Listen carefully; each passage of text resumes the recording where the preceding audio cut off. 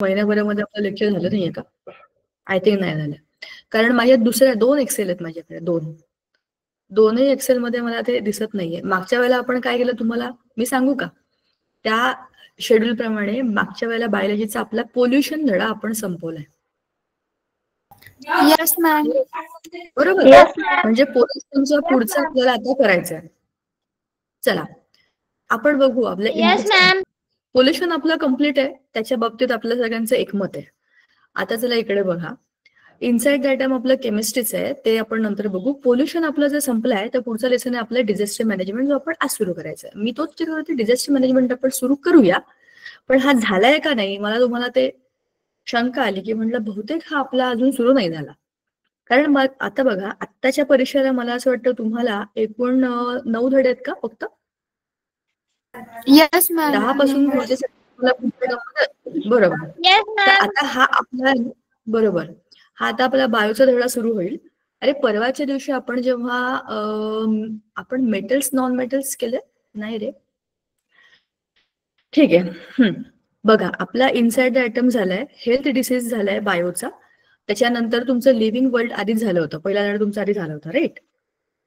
Composition of matter मला असं वाटतं आपण सुरू केलंय. मेटल्स आणि नॉन मेटल्स आपल्याला पूर्ण करायचा आहे, तो आपण नाही केलाय ना आपण, का करायचंय का केलाय? कोणता ma'am? Metals and non metals आपल्या बॅच मध्ये केलाय आपण?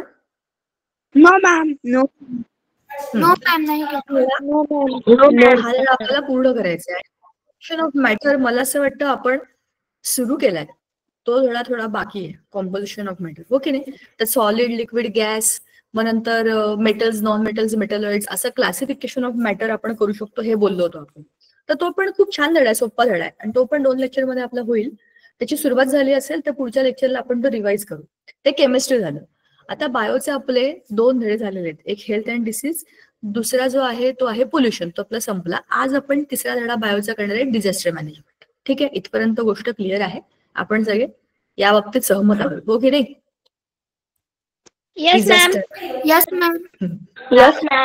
मॅनेजमेंट आता आपल्याला 8वीला होणार आहे, आणि डिझास्टर मॅनेजमेंटचा पुढचा टप्पा आपल्याला पुढच्या वर्षी येणार आहे.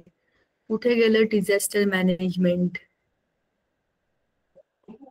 Wear is disaster management? Health and disease, living world, pollution.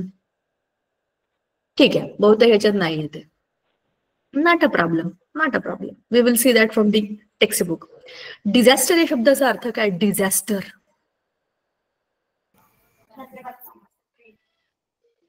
संकट नाही, डिझास्टर या शब्दाचा अर्थच आहे की संकट. ते असं म्हणतात ना, she is a very big disaster, म्हणजे ती मुलगी डिझास्टर आहे असं म्हणतात. त्याचा अर्थ असा आहे की जेव्हा ती येते तेव्हा सगळीकडे तबाही, म्हणजे एकदम असं डेंजरस सगळं सिच्युएशन ती करते की लोकांना असं टेन्शनच येतं. अशा लोकांना डिझास्टर येत. असंच जसं की जेव्हा नॅचरल डिझास्टर येतात तेव्हा ते सगळं तहस नहस करून टाकतात. आता सध्या कुठलं नॅचरल डिझास्टर सुरू आहे सांगा बरं महाराष्ट्रामध्ये? कुठे अर्थक्वेक झालाय भारतात? महाराष्ट्रात ते अर्थक्वेक झालं आता एवढ्यात कुठे?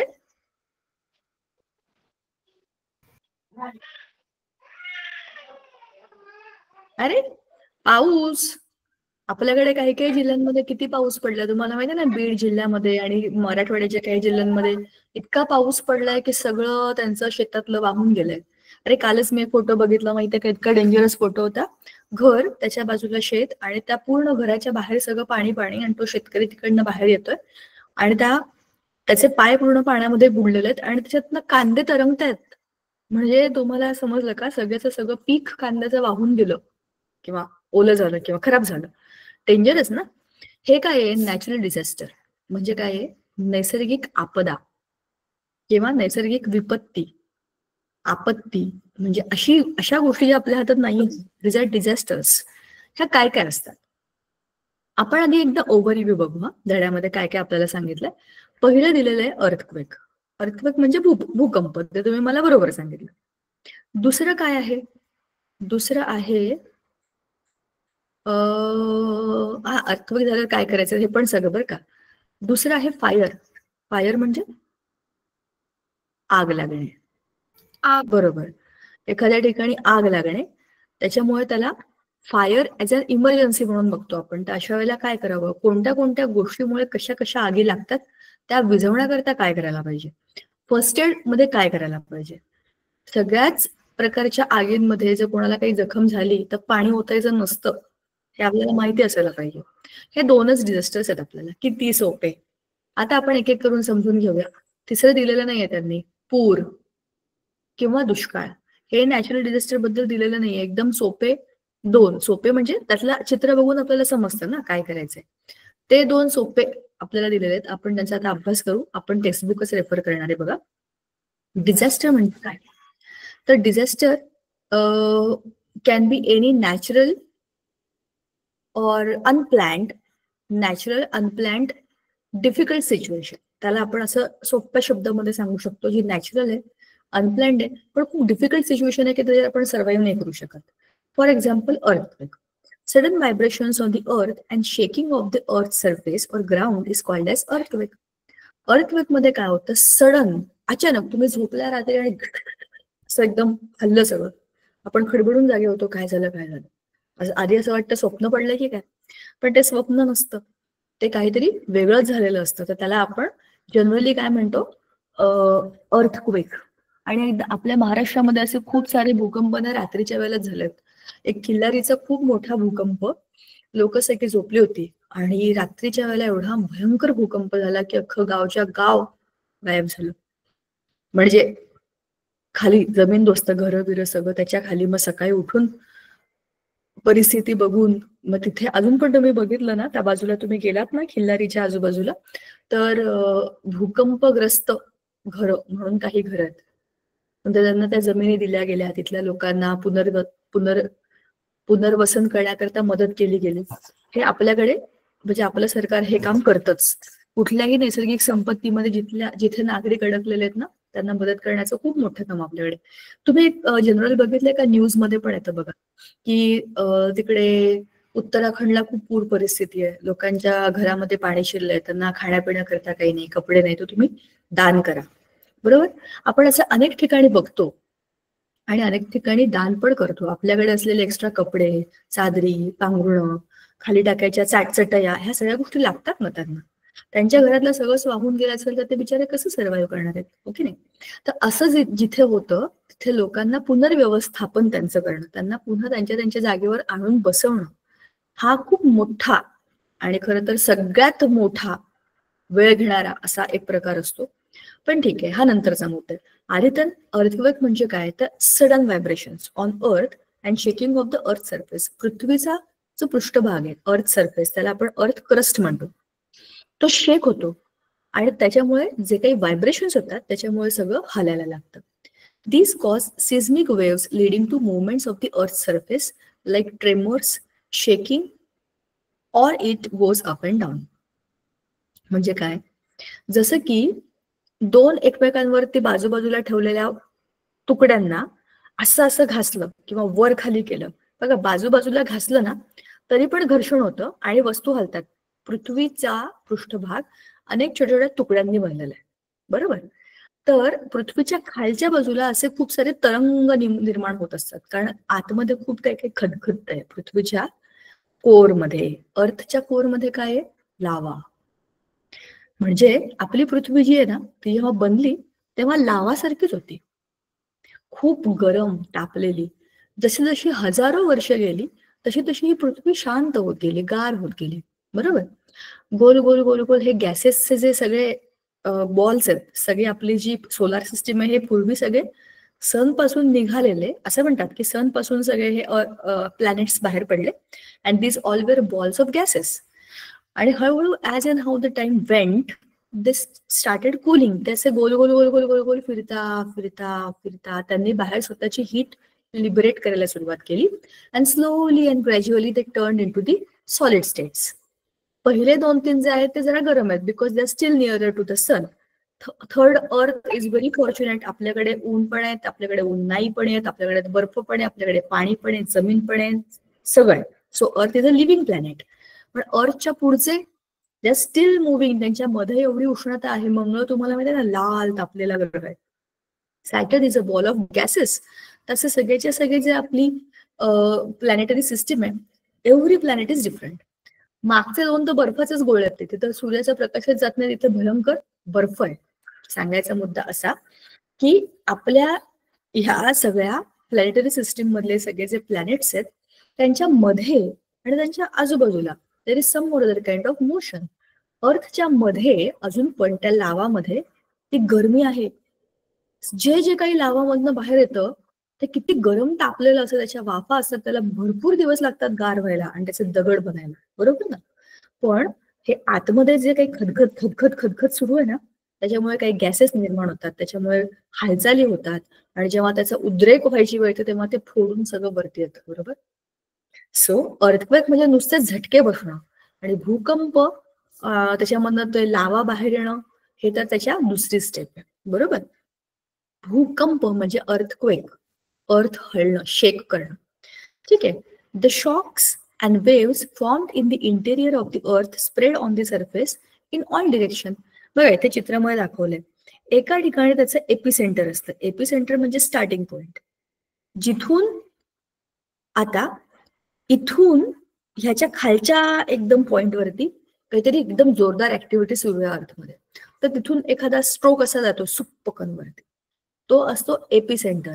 अर्थ क्रस्टवरती तो लागला की तिकडनं अशा गोल बघा, अशा वर्तुळाकार दिशेमध्ये त्याच्या वेव्ह जातात. कसल्या? शेक करण्याच्या. ह्या शॉकच्या वेव्ह आहेत ज्या सगळीकडे स्प्रेड होतात. हे कसं होतं बघा, तुम्ही पाण्यामध्ये दगड टाकला तर काय होतं, दगड खाली जातो आणि असे तरंग तरंग तरंग, बरोबर, असे बघितलेत ना तुम्ही कसे निर्माण होतात.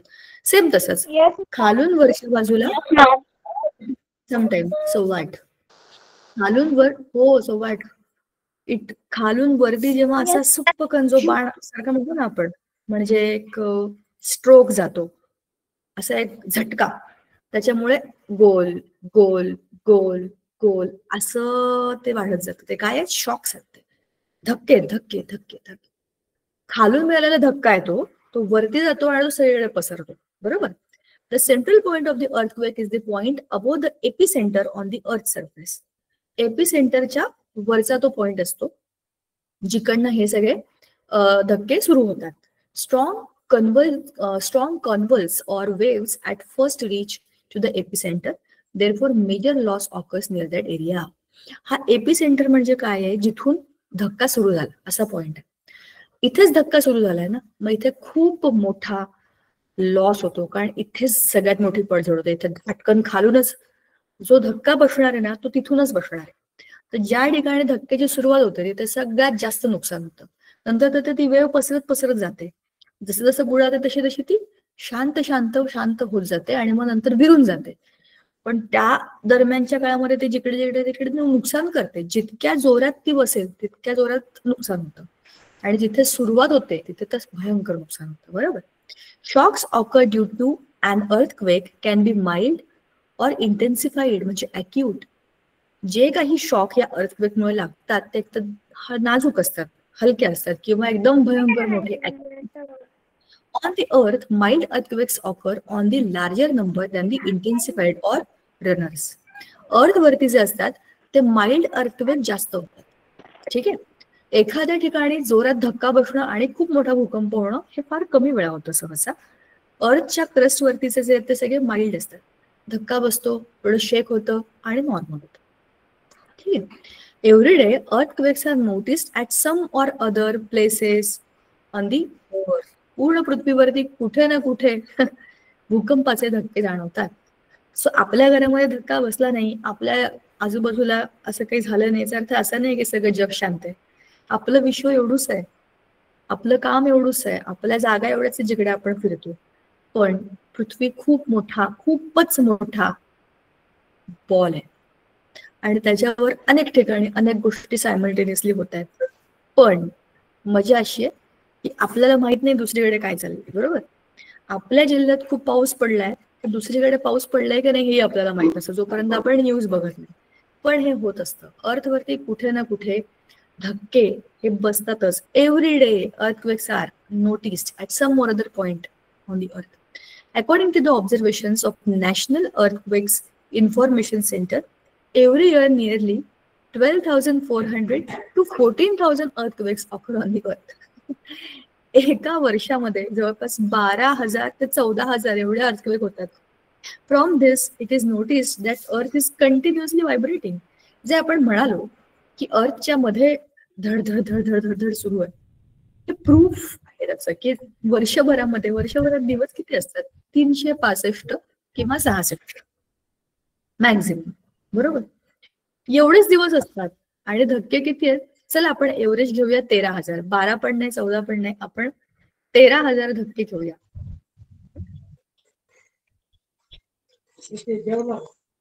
तर आपण याला डिवाइड केलं रफली 13,000 भागिले 365. तर आता ह्याला राऊंड ऑफ करू आपण. हे जवळपास आता 365 ला राऊंड ऑफ कसं करणार आपण? 3 डिजिटला 400 करू, बरोबर आहे ना? का मुद्दाम म्हणते मी? सेकंड डिजिटचं राऊंड ऑफ केलं 6 इज ग्रेटर देन 5, बरोबर आहे ना? तर तो इकडे पुढे जाऊन राऊंड ऑफ होईल, 400 होईल. 4 त्रिक 12. एका दिवसामध्ये कुठेतरी हे 2 शून्य गेले, हे 2 शून्य गेले. 4 त्रिक 12 आणि 1. 4 दुणे 8. पूर्ण डिवाइड होणार नाहीये. जवळपास 320 भूकंप एका दिवसाला ऑन एन एव्हरेज मिनिमम धरतोय आपण. जेव्हा आपण 12,000 ते 14,000च्या मधली रेंज पकडली 13,000 आणि 365 किंवा 366 दिवसचा राऊंड ऑफ करून 400 दिवस केले, 320 जवळपास आपण धरूया अंदाजे 3.5 भूकंप एका दिवसाला होतात ऑन एन एव्हरेज, असं आपण जनरली सांगू शकतो, बरोबर का? म्हणजे एका दिवसाला पूर्ण पृथ्वीवर कुठे ना कुठे कसे ना कसे भूकंप जवळपास 350 होतात. आता मला तुम्ही सांगा, भूकंप होत नाहीत असं आपल्याला जे वाटतं ते बरोबर आहे का? कारण आपल्याला ते जाणवत नाही, पण ते होतात. हे बघा, याला म्हणतात सिस्मिक वेव्ह, जी अशी पुढे पुढे पुढे पुढे जात राहते. ठीक आहे. आता प्लेट मुवमेंट म्हणजे काय? अशी प्लेट मुवमेंटची डिरेक्शन बघा. एक गेली या बाजूला, दुसरी गेली या बाजूला, अशी हालचाल आहे. मागे पुढे पृथ्वीचे जे कवच आहे म्हणजे अर्थ क्रस्ट, ते असं असं असं असं हलतंय, बरोबर? आणि त्याच्यामधनं ती वेव्ह अशी पुढे पुढे चालली आहे. The machine or instrument which records the earthquakes is called as seismograph or seismometer. Seismograph किंवा सिस्मोमीटर हे एक इन्स्ट्रुमेंट आहे. जसं की आपलं बीपी चेक करणारं इन्स्ट्रुमेंट असतं ते असं ठेवून, तसं आणखी एक इन्स्ट्रुमेंट असतं, त्याच्यामध्ये ते हार्टबीट चेक करतात. तसंच अर्थच्या क्रस्टवरती जे काही व्हायब्रेशन्स होतात त्याला चेक करणारं जे इन्स्ट्रुमेंट आहे त्याचं नाव आहे सिस्मोग्राफ किंवा सिस्मोमीटर. अँड द ऍक्सेंच्युएशन किंवा intensity is measured in the रिस्टर scale. This is one of the mathematical measuring unit. रिस्टर scale म्हणजे काय? 6च्या पुढचा भूकंप, 7च्या पुढचा भूकंप हा जाणवतो आपल्याला. त्याच्याहून जास्त 6, 7 म्हणजे खूप भयंकर भूकंप आहेत, त्याचे धक्के आपल्याला जाणवतात. म्हणजे ती स्केल आहे, स्केल. त्या स्केलवरती 2, 3, 4 असे असतील तर ते कमी इंटेन्सिटी वाले समजले जातात. आले आणि गेले, आपल्याला समजले नाही, पण खूप जास्त स्ट्रॉंग असतील तर त्याचे धक्के खूप लांबपर्यंत पोहोचतात. ती स्केल आहे, जशी आपली पट्टी असते की नाही तसं. त्याच्याबद्दलची माहिती मी तुम्हाला सांगेन, ठीक आहे? Causes of an earthquake. आता हे अर्थक्वेक का होतात? व्होल्कॅनिक इरप्शन, जसं की आपण म्हणलं लावा बाहेर पडणं, stress of big dams on the अर्थ. आपण काय करतो? नद्यांवरती बांध घालायचा प्रयत्न करतो, डॅम बांधण्याचा प्रयत्न करतो. त्याच्याकरता आपण खूप खोल खणतो, बरोबर ना? पृथ्वीला खणतो आपण आहे त्या सिस्टीम मध्ये स्वतःहून खड्डे करतोय. म्हणजे काय? ब्लास्टिंग करतात, लांब लांब खालपर्यंत त्याला खोदतात. खालून पण ऑलरेडी काहीतरी चाललंय, तुम्ही वरून पण काहीतरी करताय. त्याचा परिणाम काय होतो एकत्रित? प्रश्नच नाहीये. तुम्ही अशा पद्धतीने कराल तर तुम्ही आणखीन त्याला उद्युक्त करतायत, ये बाबा ये इकडनं येऊन फूट. म्हणजे अशा पद्धतीने जे मोठं काम होतं, जिकडे ब्लास्टिंग केलं जातं तिकडे ते खालून पण आणि वरून पण असं एकत्रित झालं समजा, तर तो जो स्ट्रेस तयार होतो तर त्याच्यामुळे अर्थक्वेक येऊ शकतो. भिंतीला असे आपलं जमिनीला हादरे बसतात. मायनिंगचं एक बेस्ट एक्झाम्पल आहे, एक पिक्चर आहे मी बऱ्याचदा सांगितलंय मुलांना, कारण हा पिक्चर ना खूप सायन्स रिलेटेड आहे. राणीगंज नावाचा एक पिक्चर आहे, त्याच्यामध्ये कोळशाच्या मायनिंग मध्ये कसं काम करतात आणि तिथल्या अडकलेल्या कामगारांना कसं वाचवलं होतं, याचा मस्त पिक्चर आहे. मागच्या वर्षी आला होता. पिक्चर म्हणून चांगला आहे आणि सायन्सचा अभ्यास करण्यासाठी तर खरंच खूपच चांगला पिक्चर आहे. मस्त पिक्चर आहे. त्याच्यामध्ये जमिनीच्या, तुम्हाला माहिती कोळशाच्या खाणी खूप खाली खाली खाली खाली असतात. खूप खाली जावं लागतं. तशी लिफ्ट असते, एकदम खोल ती लिफ्ट जाते आणि वेगवेगळ्या ठिकाणी हे जे कामगार असतात ना, खोदकाम करणारे मायनिंग वाले, ते खणून खणून तिथलं सामान वर पाठवतात आणि तो कोळसा वर काढला जातो. ठीक आहे, असं ते मायनिंगचं काम असतं. आता ह्या मायनिंगच्या याच्यामध्ये काय होतं, खाली जाऊन बॉम्ब ब्लास्ट करतात. बघा, हे जे सगळे खालचे खडक आहेत ना, याच्यामध्ये सगळं एकदम कठीण खडक असतात, ते तुम्ही फोडू नाही शकत असे. त्यांना फोडण्याकरता म्हणून मायनिंग केलं जातं आणि त्या मायनिंग मध्ये सुद्धा ब्लास्ट केले जातात, जेणेकरून तिथले दगड खालचे बिचे सगळे फुटतील. खालून तुम्ही फोडताय, तुम्ही काय करताय, तुम्ही स्वतःच त्या आजूबाजूच्या जे काही आहे ना स्ट्रक्चर पृथ्वीचं, त्याला धक्का देताय. जर ते वाढलं म्हणजे लांबपर्यंत पोहोचलं तर तुम्हाला अर्थक्वेक जाणवतो. त्या पिक्चरमध्ये एक सीन आहे बरं का, तिकडनं रेल्वे जाणार असते आणि इथे ह्यांना काय करायचं असतं, ते खाली खणून तिथल्या कामगारांना काढायचं असतं. तर मायनिंग त्यांना करायचं, त्याला खोल खड्डा करायचा असतो, ड्रिलिंग करायचं असतं मोठं. तर तिकडनं रेल्वे जाणार असते आणि ह्यांचं म्हणणं असं असतं की ते सगळ्यात धजणार आहे, खालीच्या खाली सगळा तो भाग धजेल, कारण तिथे सगळा ना सुपीक प्रदेश आहे आणि तिथे खणकाम करून करून माती अशी हलकी झाली आहे आणि ऑलरेडी लोक तिथे खाली फसले होते, पृथ्वीच्या खाली फसले होते, म्हणजे पृथ्वीच्या पृष्ठभागाच्या खाली आत गेलेले कामगार, त्यांना काढायचंय. आणि तुम्ही वरनं रेल्वे जाणार तुमची धड धड धड करत, इकडनं हे काम चालू राहणार, म्हणजे सगळं खाली जाणार, म्हणजे बसेलच ते गाव पूर्ण खाली. असं होऊ नये म्हणून ते त्या रेल्वेच्या ऑफिसरना सांगतात की ही जी गाडी आहे, तुम्ही ट्रॅक बदला, तिला दुसऱ्या ट्रॅकने घेऊन जा, आज इकडे ह्या ट्रॅकवरती ती गाडी चालवू नका. त्या गाडीच्या धडधडण्यामुळे सुद्धा इकडे गाव बसेल खाली, इतकी परिस्थिती भयंकर होऊ शकते. जिथे अशा पद्धतीचं मायनिंगचं आणि अशा जमीन खणायचे उद्योग खूप खूप वर्षापासून चालू असतात, ते काही 1-2 दिवसात होत नाही.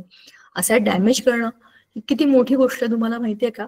तुम्ही पृथ्वीला डॅमेज करताय, पृथ्वी is a huge big thing. पण जेव्हा अशी परिस्थिती येते तेव्हा समजून घ्या की आधी किती त्यांनी त्याला डॅमेज केलंय. म्हणजे आता ही परिस्थिती की एक ट्रेन गेली तरी पण ते बसेल. म्हणजे थिंक ओव्हर इट, की आपण किती आपला बेस्ट फ्रेंड निसर्ग आहे. बघा ना, विचार करा, जरा मायनिंग मधनं बाहेर या आणि अर्थक्वेक मधनं बाहेर या. आपण का सायन्सचा अभ्यास करतो? का बरं आपल्याला विषय science?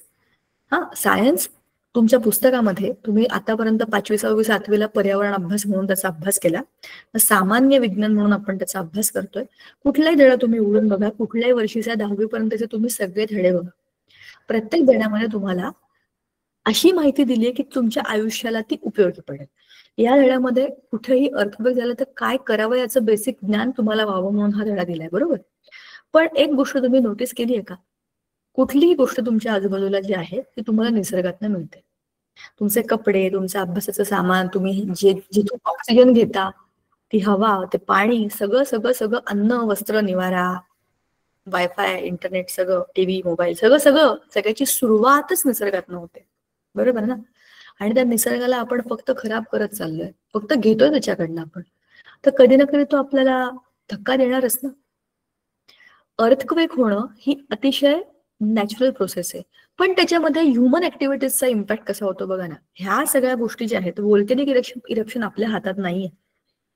Big dams on earth हे आपण केलेले आहेत, मायनिंग आपण केलेले आहेत, अंडरग्राउंड ऍटॉमिक टेस्ट शहाणपणा करून आपणच केलेले आहेत. ह्युमन्स हॅव डन दिस.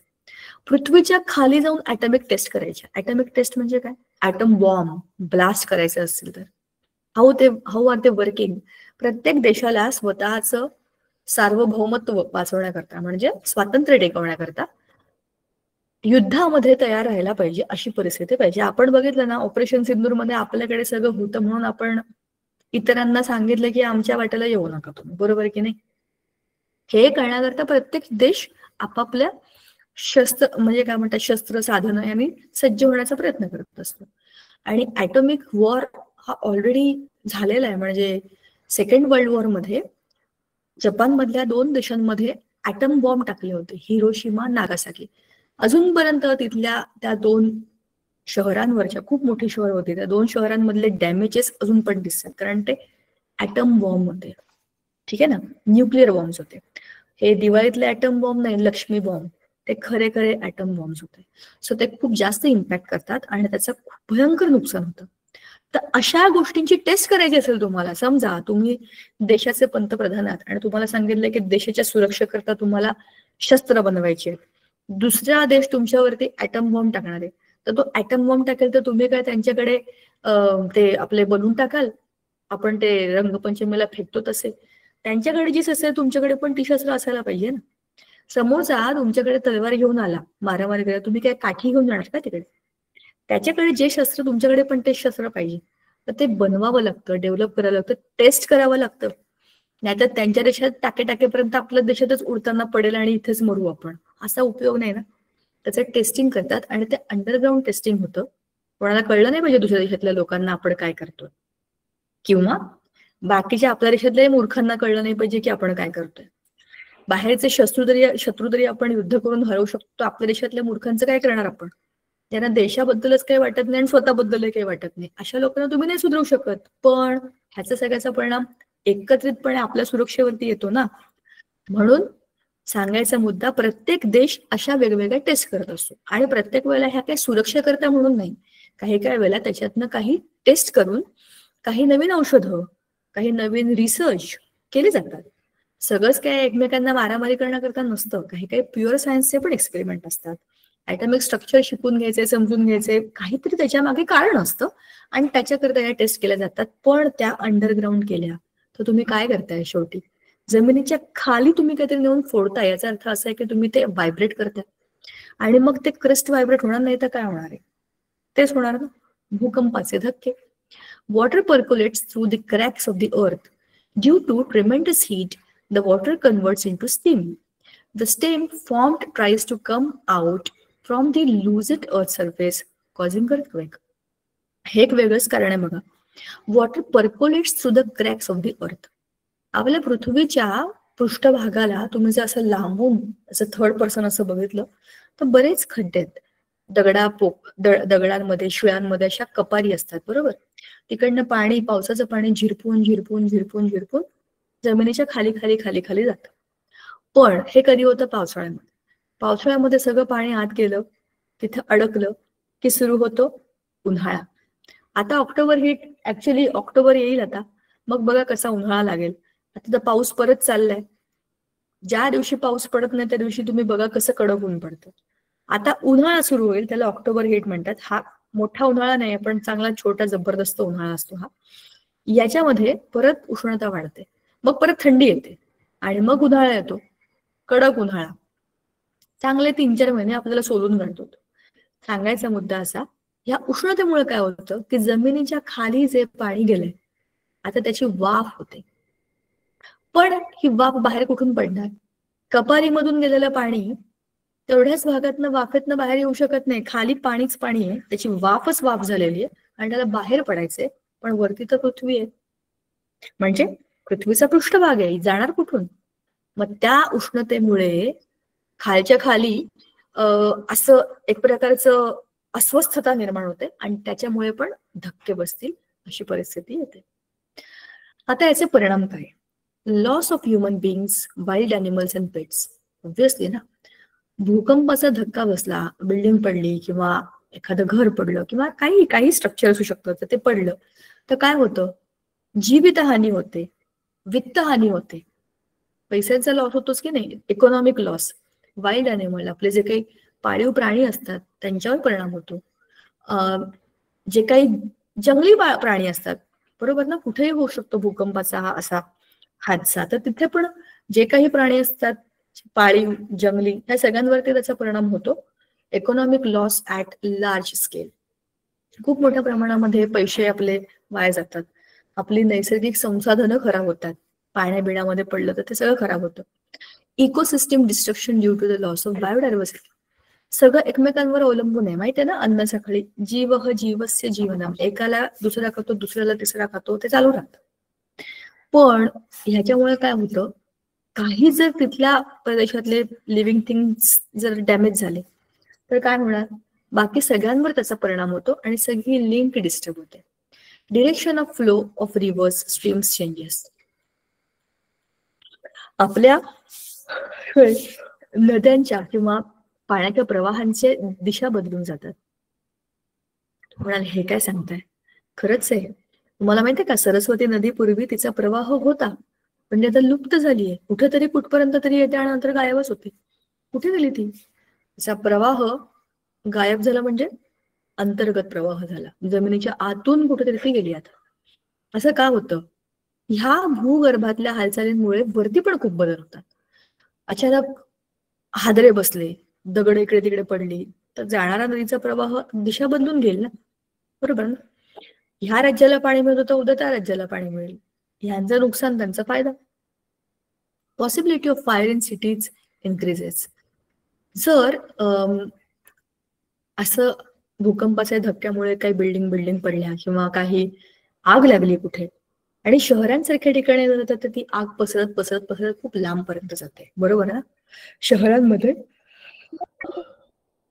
जवळ वस्ती असते आणि सगळं असं चिटकून चिटकून चिटकून असतं, बिल्डिंगांमध्ये लोक राहतात. तर अशा पद्धतीने समजा बडवा पेटला किंवा आग पेटली तर ती बऱ्याच अंतरापर्यंत डॅमेज करू शकते. If there is earthquake at the bottom of ocean it may create tsunami waves and thereby large scale destruction at coastal region. ह्याचा अनुभव आपल्याला भारतामध्ये आलाय. आपल्याकडे सुनामी आली होती, तुम्हाला दाखवू का तो व्हिडिओ? थांबा जरा, लेट मी सी. चेन्नईची सुनामी. चेन्नईला आपल्याकडे समुद्र किनारा आहे. मरियाना बीच नावाचा एक बीच आहे, 10 किलोमीटर येतो, 10 किलोमीटरचा बीच आहे.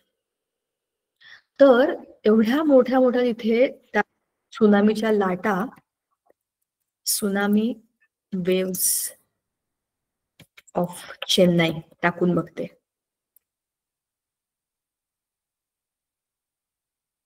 I want to show you that.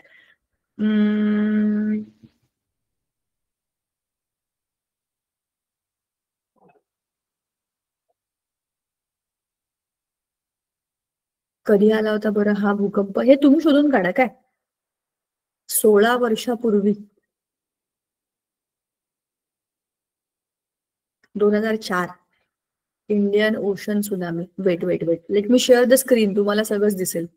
मी आता न्यूजच्या याच्यामध्ये, मी युट्यूबच्या याच्यात गेले आणि जे काही जनरल आहेत ना ते तुम्हाला दाखवते, मग तुम्हाला समजेल की समुद्रामध्ये जेव्हा भूकंप होतो तेव्हा काय होतं. Just see this.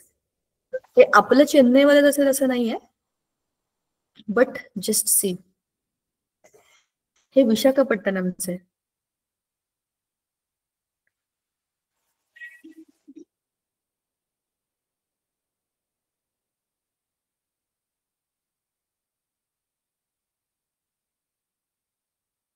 तुम्हाला आवाज आला का?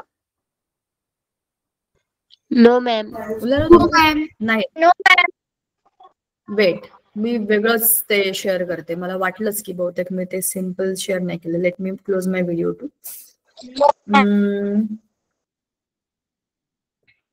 वेट, नाव यू सी दिस.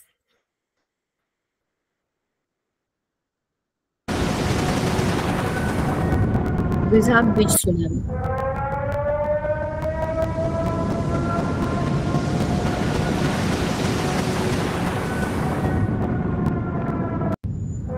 हे काय मी तुम्हाला घाबरवण्याकरता लावलेलं नाहीये, पण असं हे होतं. आता हे बघूया आपण, बहुतेक ते आहे का.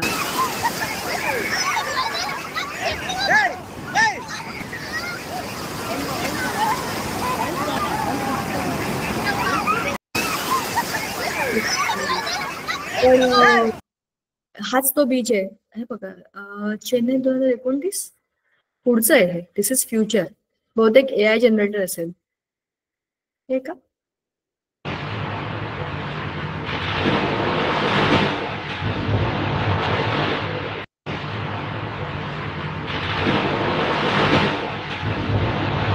आणि आता मला तुम्हाला तो चिल्लारीचा भूकंप पण दाखवायचा. अर्थक्वेक.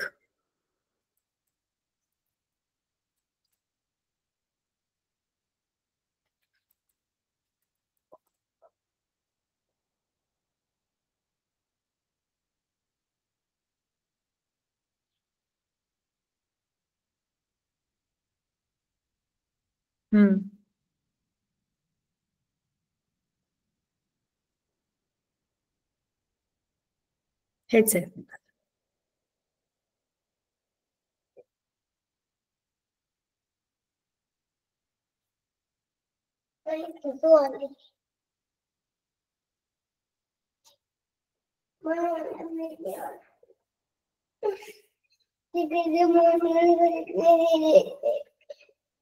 हे बघा. In September 1993, a quake devastated the Indian state of Maharashtra. In spite of warning shocks, most of the victims were asleep and their houses collapsed around them.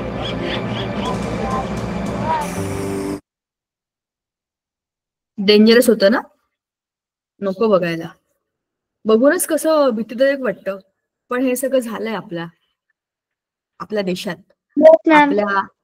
आपल्या महाराष्ट्रात आणि चेन्नई, केरळ ह्या बाजूला जेव्हा तो आला होता ना सुनामी, त्यावेळेला आम्ही, मला वाटतं कॉलेजमध्ये होतो, आणि जेव्हा त्या न्यूज आल्या तेव्हा आम्ही इतके घाबरलो होतो. अरे बापरे. समुद्रावर फिरायला जायला आपल्याला फार आनंद वाटतो की समुद्र, पण त्या समुद्राच्या खाली काय चालू असतं आपल्याला नाही माहिती. जसं आपल्याला आपल्या आजूबाजूची जमीन दिसते, तशी समुद्रातल्या पाण्याच्या खाली पण तर जमीन आहे ना, आणि त्या जमिनीच्या मध्ये जेव्हा धडधड होत तेव्हा मग काय असं सगळं होतं. हे नाही व्हायला पाहिजे. आणि याच्यामध्ये किती लोक मॉर्निंग वॉकला गेलेले, किती लोक त्या मरियाना बीचवरती, आम्ही गेलो होतो ना जेव्हा फिरायला चेन्नईला, तेव्हा तो बीच बघितला, असा भयंकर लांबच्या लांब 10 किलोमीटरचा तर समुद्र किनारा आहे तो. आणि अशा लांब समुद्र किनाऱ्यावरती विचार करा किती फोर्सफुली त्या लाटा आल्या असतील आणि किती नुकसान झालं असेल. पण जर level of water table changes, water table म्हणजे पृथ्वीच्या खाली असलेल्या पाण्याची जी काही पातळी आहे त्याच्यात होणाऱ्या बदलांमुळे सुद्धा अर्थक्वेक येतात. आता जर असा अर्थक्वेक आला तर काय करायचं? Precautions to be taken. If you are at home, तुम्ही घरी असलात तर काय करायचं? Then do not get scared and instead of running here and there, stand still at one place. इकडे पळू नका. आपण घाबरतो, अचानक असं काय झालं की कोण तयार असतं अशा परिस्थितीला? मनाने आपण सगळे असे असतो की काही होणार नाही, पण जर झालंच तर काय करायचं? घरी असलो आपण तर काय करायचं? पळापळी नाही करायची, शांत उभं राहायचं. Either sit on the floor or below the bed or any other furniture and cover yourself until the moment of earth stops. तुम्हाला स्वतःला वाचवायचंय तर तुम्ही अशा वस्तूच्या खाली जायला पाहिजे की जी शक्यतो तुमच्या अंगावर तुटणार नाही. घराच्या खाली असाल तर घर तुटलं किंवा अंगावर पडलं तर काय, कसं काय भलं होणार आहे आपलं? तर एखाद्या फर्निचरच्या खाली, टेबलच्या खाली असं वर तुम्ही गेलात, असं खाली तुम्ही गेलात तर काय होणार आहे? तुम्ही स्वतःचा जीव वाचवू शकाल. आजूबाजूला पडझड झाली होऊ दे, आपण सुरक्षित राहायला पाहिजे आणि आपल्याला काही लागायला नाही पाहिजे. ठीक आहे. If you are in the vehicle or outside of the house, तुम्ही जर तुमच्या गाडीमध्ये असाल किंवा घराच्या बाहेर असाल, then park your vehicle at the safe place and sit inside it. Do not wait near or below tall building, trees or electric poles. एखाद्या मोकळ्या मैदानाजवळ शक्यतो जाण्याचा प्रयत्न करायचा. मोठ्या बिल्डिंग जवळ किंवा इलेक्ट्रिसिटीच्या पोल्सच्या जवळ, खूप गर्दी असलेल्या ठिकाणी, झाडांच्या जवळ असं जाऊन गाडी नाही लावायची. इथे काहीच नाहीये, मोकळं आहे, अशा ठिकाणी शक्यतो गाडी लावायची, जेणेकरून पडझड झाली तरी पण त्या वस्तू आपल्या गाडीवर आणि आपल्या अंगावर पडणार नाहीत. Avoid doing following things during earthquake. ह्या गोष्टी करणं टाळा. Avoid using lift in the multi storeyed building, instead use staircase. आपल्याला जनरली गावांमध्ये या गोष्टीची काही फार सवय नसते, बिना कामाचं लिफ्टने फिरणं. पण शहरांमध्ये अगदी 3-4 मजल्याच्या बिल्डिंगांमध्ये सुद्धा लिफ्ट आहे. मग 4थ्या मजल्यापर्यंत चढून उतरणं हे लोकांच्या सवयीचं नाहीये. पण इमर्जन्सी आली आणि अर्थक्वेक आला तर लिफ्टमध्ये बसून पटकन जाऊ? No, dangerous. धावत जा, पण नॉर्मल जा. अडकलात कोण तुम्हाला वाचवू शकणार आहे? Do not sit in discomfort for long, do some physical movement. असंच बसून राहिलो खूप वेळ घाबरून तर नंतर शरीर अकडून जातं आणि त्याचा त्रास वेगळाच होतो. काहीतरी फिजिकल मुवमेंट करायची, स्वतःला सुरक्षित ठेवायचं, हालचाल करत राहायची, आजूबाजूला बघत राहायचं, बाहेर पडण्याचाही प्रयत्न करायचा, पण हे बघायचं आधी काय चाललंय. After the earthquake there is a possibility of fire. Hence, to avoid it, carefully switch off the main electric supply. Do not use candles, lantern or matchbox. Instead of use it a torch or a battery. Already पडझड झालेली आहे ना, कुठे तेल पडलं असेल, कुठे petrol पडलं असेल, कुठे काय लिकेज झाला असेल, कुठल्या शॉर्ट सर्किट झालं असेल, अर्थक्वेक नंतर फायर होण्याचे चान्सेस असतात. मग शहाणपणा करून आपण मॅचेस लावून बघू, मेणबत्ती कुठे अंधार झालाय, काहीच करायचं नाही. जर कुठेतरी आग पेटली सगळं पेटून जाईल. म्हणून बॅटरी, टॉर्च, इमर्जन्सी तुम्ही कुठे शोधणार आहे, पण तरी अशा गोष्टी सुरक्षित आपण आपल्या घरामध्ये ठेवायला पाहिजे. आपल्याजवळ असा एक फर्स्ट एड बॉक्स असला पाहिजे आणि इमर्जन्सी बॉक्स असला पाहिजे. इमर्जन्सी बॉक्समध्ये दोरी, मॅच बॉक्स, कॅन्डल, टॉर्च, त्याचे सेल, बरोबर, एखादं क्रीम म्हणजे फर्स्ट एड बॉक्स मधलं एखादं क्रीम, सोफ्रामायसिन वगैरे, ह्या सगळ्या गोष्टी आपल्याकडे असायला पाहिजे इमर्जन्सीमध्ये, बरोबर. किंवा कात्री, यू नेव्हर नो, ह्यापैकी कुठल्या गोष्टीची कधी कोणाला गरज पडू शकते. earthquake resistant proof building. The construction which do not get damaged due to earth movement up to a certain limit are called as earthquake resistant buildings. To construct tall buildings, Indian Standard Institute has made some code of conduct. Buildings are constructed as per IS 456 and earthquake resistant constructions are performed as per IS 1893. ठीक आहे, म्हणजे हे Indian standards आहेत, काही काय number आहेत त्याचे, त्या हिशोबानेच बिल्डिंग बनवल्या पाहिजे, त्या हिशोबानेच लोकांनी त्याच्यामध्ये राहायला पाहिजे.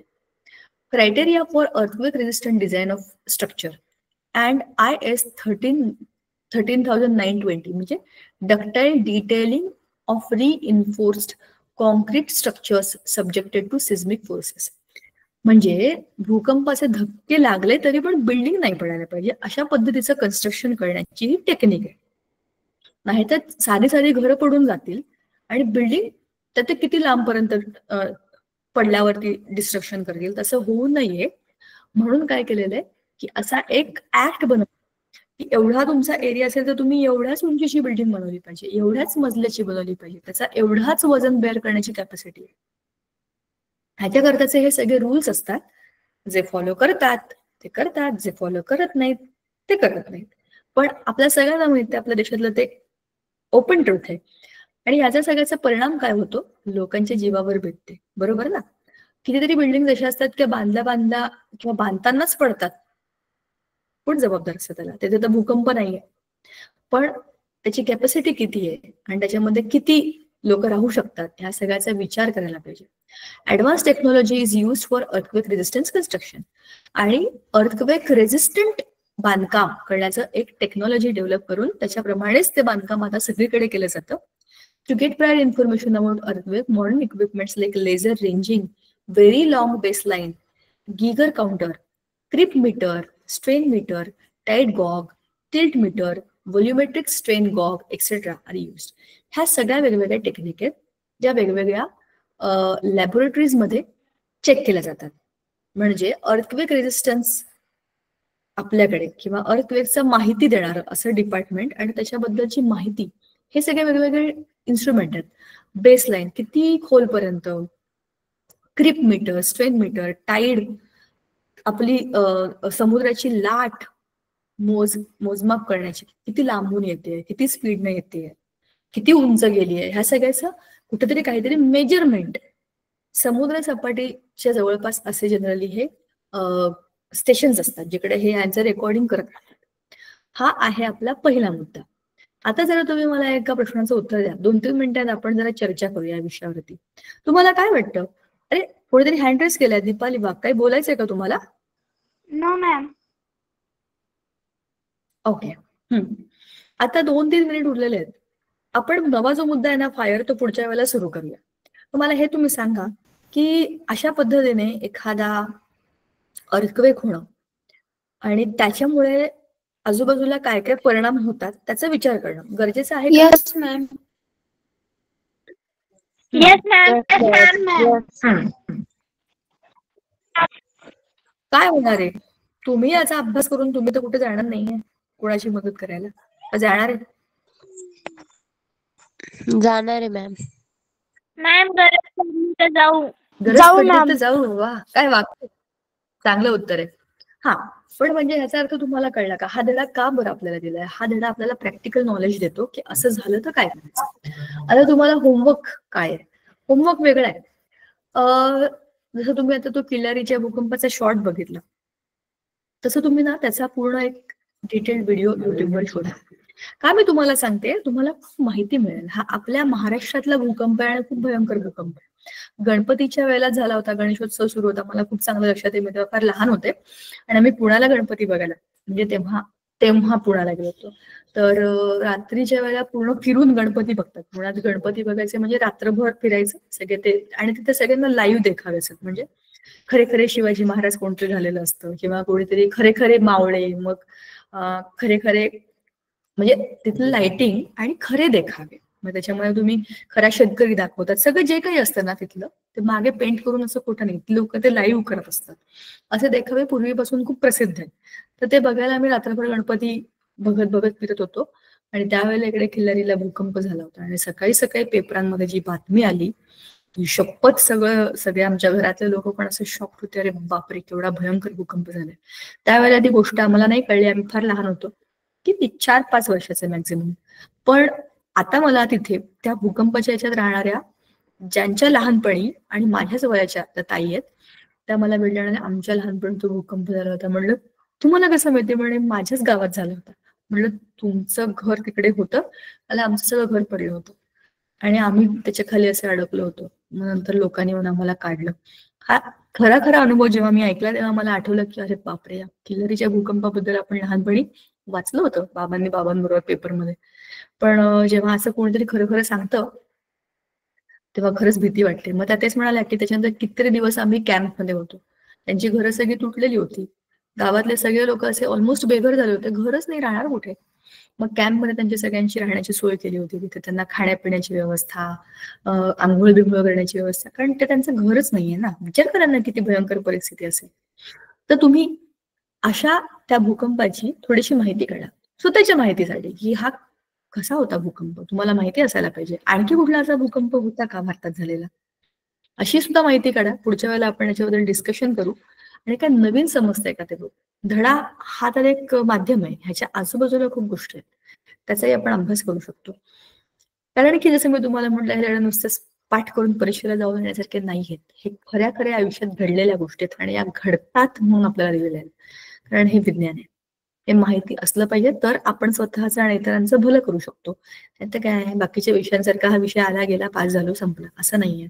ह्याचं कारण आहे, ते समजून घ्या आणि ते अंमलात आणा. तर ह्याच्यासारखा चांगला विज्ञानाचा अभ्यास कुठेच नाही होऊ शकत. ठीक आहे, चला पुढच्या वेळेला भेटूया. तुम्ही काय माहिती मिळते ते सगळी आणि मला पुढच्या वेळेला सांगा. ठीक आहे, थांबूया आपण आम्ही इकडे. चलो, बाय बाय, गुड नाईट. बोला. Bye, good night. Bye, ma'am. Bye, ma'am. Bye, ma'am. Good night. Good night. Bye, ma'am. Bye. Good night, ma'am. Bye.